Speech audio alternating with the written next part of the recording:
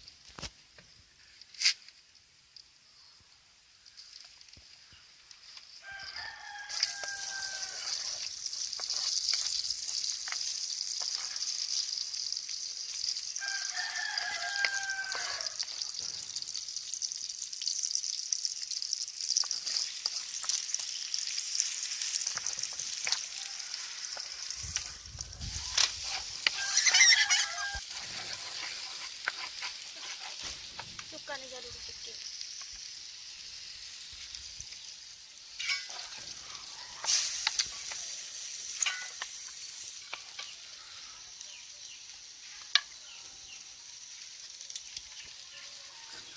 Kemudian masukkan batang serai dan daun temuru.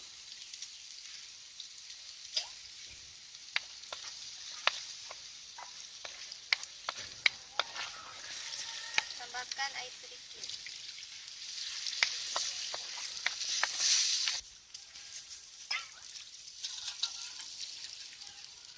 Kemudian kita masukkan ikannya.